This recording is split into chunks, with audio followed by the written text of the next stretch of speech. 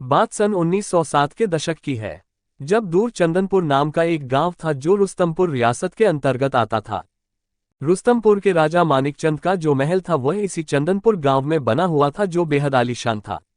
राजा का महल चंदनपुर की कोठी के नाम से पूरे क्षेत्र में विख्यात था। राजा मानिकचंद दरबार में आए किसी दीन दुखियों की मदद नहीं करता था। वह केवल अपने सुख पर ध्यान देता था, ना कि प्रजा के दुख पर। एक दिन एक भिखारी राजा के राज दरबार में आता है। भिखारी: महाराज, मैं बहुत बुरी स्थिति में हूँ, कृपया मेरी मदद कीजिए। राजा: अरे, इसे अंदर किसने आने दिया? निकालो इसे यहाँ से, मैं इन लोगों की मदद करने के लिए यहाँ नहीं बैठा हूँ। वह भिखारी रोता हुआ वहां से चला जाता है। राजा: मंत्री जी, ऐसे लोगों को अंदर घुसने ही मत दीजिए। इसी तरह जो भी मदद मांगने आता उसे राजा मानिकचंद बेइज्जत करके निकाल देता। एक रात राजा मानिकचंद महल के पास टहल रहा था कि तभी किसी की आवाज आती है। अघोरी, मदद करो, मेरी मदद करो, कृपया मेरी मदद करो। राजा: ये किसकी आवाज आ रही है? राजा मानिकचंद देखता है कि महल के पास ही एक अघोरी बुरी स्थिति में है और मदद के लिए पुकार रहा है। राजा: क्या हुआ है तुम्हें? अघोरी: मैं बहुत ही बुरी स्थिति में हूँ, मेरी तबीयत बहुत खराब है, कृपया मेरी मदद करो। राजा: हट, मैं किसी की मदद नहीं करता, तुम लोगों का नाटक मैं खूब समझता हूँ, चलो चलो निकलो यहाँ से।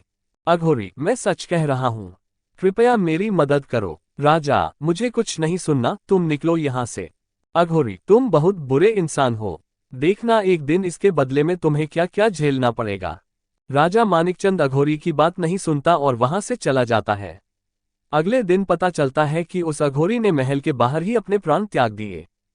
राजा: मंत्री जी, जल्द से जल्द इसकी लाश को ठिकाने लगवा दो। मंत्री: जी महाराज, अभी लगवाता हूँ। कई महीने बीत जाते हैं।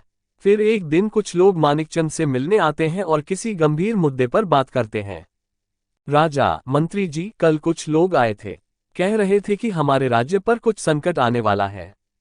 मंत्री: हाँ महाराज, सुनने में तो ऐसा आ रहा है कि ये राजपाट ज्यादा दिन तक नहीं रह पाएगा। राजा: शुभ शुभ बोलिए मंत्री जी, शुभ शुभ बोलिए। जैसी खबर आ रही थी वैसा ही होता है। बढ़ते कालक्रम और बदलते दौर के साथ एक दिन वक्त की मार राजा मानिकचंद की रियासत पर पड़ी। सरकार ने सारी रियासतों का विलय भारत सरकार के अधीन कर दिया था। सभी राजाओं की रियासतें उनसे छीनी जाने लगीं। मानिकचंद भी उनमें से एक थे। राजा मानिकचंद अब अपनी रियासत के लोगों में सिर्फ मानिकचंद हो गए थे। रुतबा बरकरार रखने के लिए रियासत में कब्जा की गई जमीनें बेचे जाने लगी और जमीन बेचकर आए पैसों से शान और शौकत बरकरार रखने की कोशिश की जाने लगी। धीरे धीरे सभी जमीन जायदाद खत्म हो गई और मानिकचंद फकीर हो गए। इसी के साथ मानिकचंद का सारा घमंड कांच की तरह टूटकर चूर चूर हो गया। अब मानिकचंद को एक आम इंसान के दुखों के बारे में पता चल रहा था। एक दिन अचानक मानिकचंद की पत्नी ने कहा, पत्नी, आप तो ठहरे राजा साहब, आपके लिए तो मेहनत मजदूरी बनी ही नहीं। घर का खर्च चलाने के लिए लग रहा है कि मुझे ही काम करने के लिए घर की दहलीज लांघने की जरूरत होगी। राजा: राज परिवार के घर की बहुओं को लाज पर्दे में ही रखा जाता है। राजा मानिकचंद को अपनी पत्नी की यह बात इतनी बुरी लगी कि उन्हें खुद से आत्मग्लानि होने लगी। राजा मन में, ये सब मेरी ही करनी का फल है, मैंने आज तक इतने गलत काम किए, उसकी सजा है ये।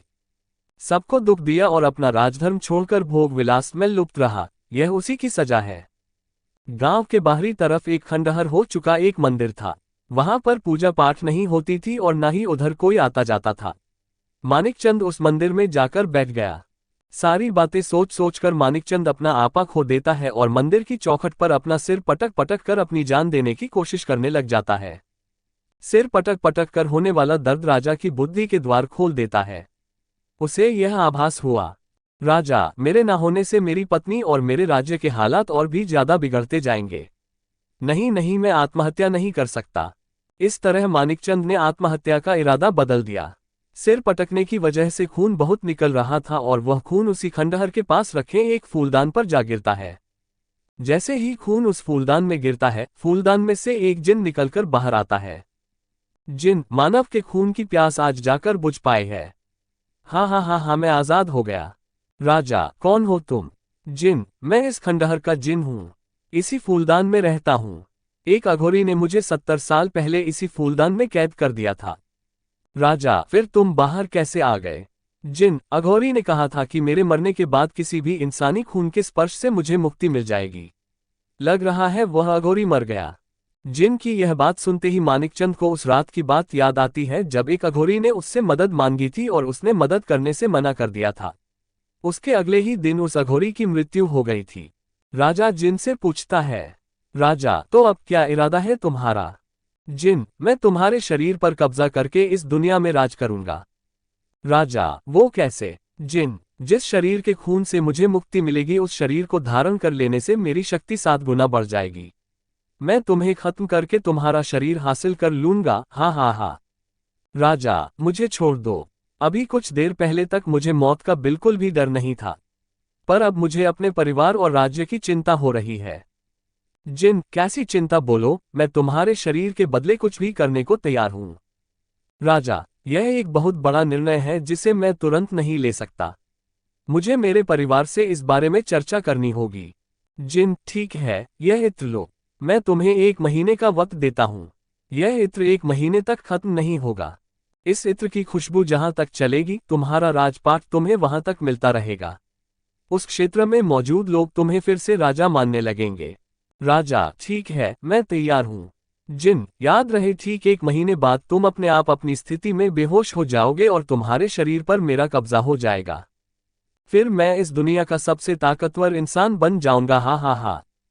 राजा जिन का दिया हुआ इत्र अपने शरीर पर लगाता है और अपने महल की तरफ बढ़ने लगता है।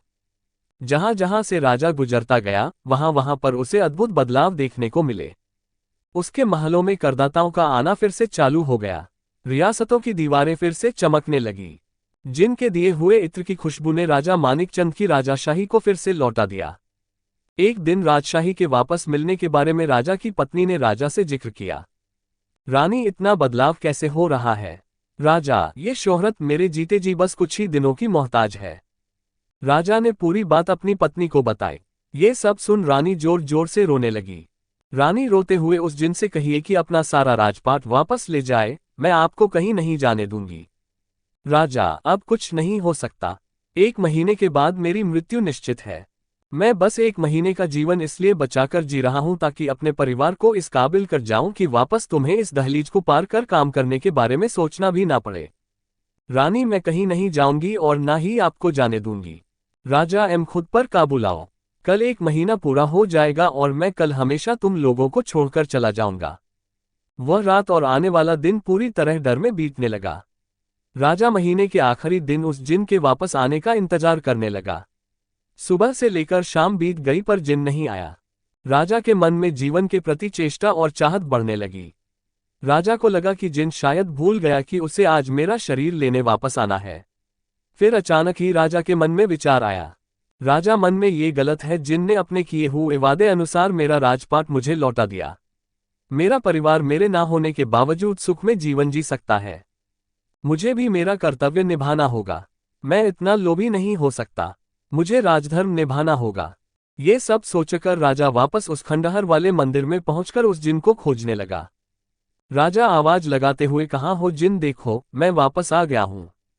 तुम मेरा शरीर ले सकते हो। तभी अचानक से जिन प्रकट हुआ। जिन, तुम आ गए मानिकचंद। राजा, हाँ, तुम्हारे इस इत्र की खुशबू ने मेरा राजपाट मुझे वापस कर दिया। इसके लिए शुक्रिया। अब मेरे अपने कहे अनुसार मैं अपना शरीर तुम्हें वापस देने आया हूं। जिन, तुम तो सच में एक ईमानदार राजा निकले। हाँ हाँ हाँ, अपनी जुबान का ईमानदार होना ही एक राजा का पहला कर्तव्य होता है। राजा, मैं अपनी ईमानदारी पर अडिग हूं। जिन, हाँ हाँ हाँ। राजा, क्यों इतना हंस रहे हो तुम? जिन, एक बार सिर घुमाकर अपने आसपास देखो। राजा अपने चारों तरफ देखता है तो वह खंडहर एक खूबसूरत मंदिर बन चुका था। राजा, ये खंडहर एक आलीशान मंदिर कैसे बन गया? जिन, तुम्हारे इत्र को लगाकर इस मंदिर में आ जाने से इस मंदिर का भी कायाकल्प हो गया और यह भी एक तीर्थ स्थान बन गया। राजा, तो इससे मेरी मृत्यु का क्या संबंध? तुम अपना कार्य करो, ले जाओ मेरा शरीर। जिन, जब तक मैं इस खंडहर में था तब तक इस खंडहर का एक जिन हुआ करता था। मेरी मति भी राक्षसों वाली थी। अब मैं इस समय तीर्थ मंदिर में मौजूद हूं। मैं तुम्हारा शरीर और प्राण नहीं ले सकता। राजा, इस खंडहर के मंदिर बन जाने से तुम में क्या परिवर्तन आ गया भला? जिन, ये खंडहर ही मेरा घर था, क्योंकि कई सालों से मैं इसी खंडहर में कैद था। तुमने मुझे इस खंडहर से जब आज़ाद कराया तब भी मैं एक जिन ही था, क्योंकि यह स्थान तब भी एक खंडहर ही था। लेकिन अब इस खंडहर के तीरथ बनने से मेरी राक्षसी प्रवृत्तियों का नाश हो गया है। जाओ, तुम आज से आज़ाद हो। तुम्हारी मृत्यु तुम्हारे समय के अनुसार ही आएगी। राजा, ठीक है, मैं इस तीरथ में यज्ञ करवाऊंगा और इस परोपकार की कथा सबको सुनाऊंगा। राजा मानिकचंद को वापस जीवित देखकर उसके परिवार में खुशियां वापस आ गई। कुछ ही दिनों में उस खंडहर वाले मंदिर में यज्ञ हुआ और परोपकार की कथा सुनाई गई। धीरे धीरे वो मंदिर चंदनपुर के तीरथ के नाम से मशहूर हो गया। साथ ही राजा मानिकचंद और चंदनपुर गांव के जिनकी कहानी परोपकार की कथाओं में प्रचलित हो गई। राजा मानिकचंद अब सभी के दुखों को सुनता और सभी की मदद करता था। पूरा राज्य राजा के अंदर हुए बदलावों से अत्यंत सुखी था।